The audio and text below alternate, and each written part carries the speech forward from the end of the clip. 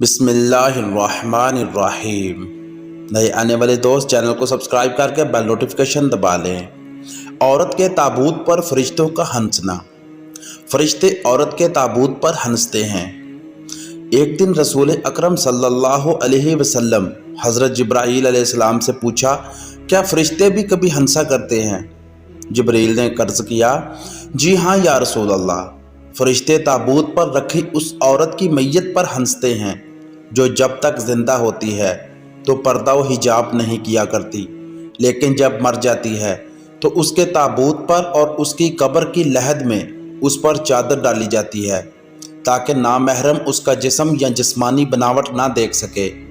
یہ صورتحال دیکھ کر فرشتے ہنستے ہیں اور کہتے ہیں کہ جب تک یہ عورت دیکھنے لائق تھی تو اس نے اپنے آپ کو پروردگار حجاب میں نہیں رکھا، اور اب جب کہ اس کی میت سے سب کو گھن آتی ہے اسے چادر سے چھپایا جا رہا ہے۔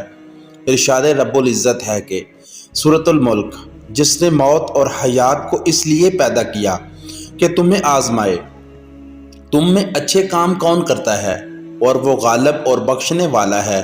سورۃ الملک۔ بے شک جو لوگ اپنے پروردگار سے غائبانہ طور پر ڈرتے رہتے ہیں ان کے لیے بخشش ہے اور بڑا ثواب ہے۔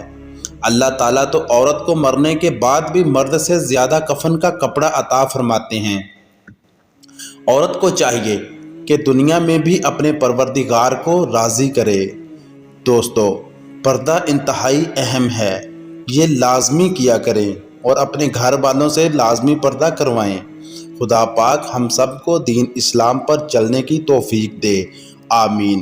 ایسی مزید اچھی ویڈیوز کے لیے میرے چینل کو سبسکرائب کر لیں تاکہ ہر نئی آنے والی ویڈیو کا نوٹیفیکیشن آپ کو بر وقت مل سکے۔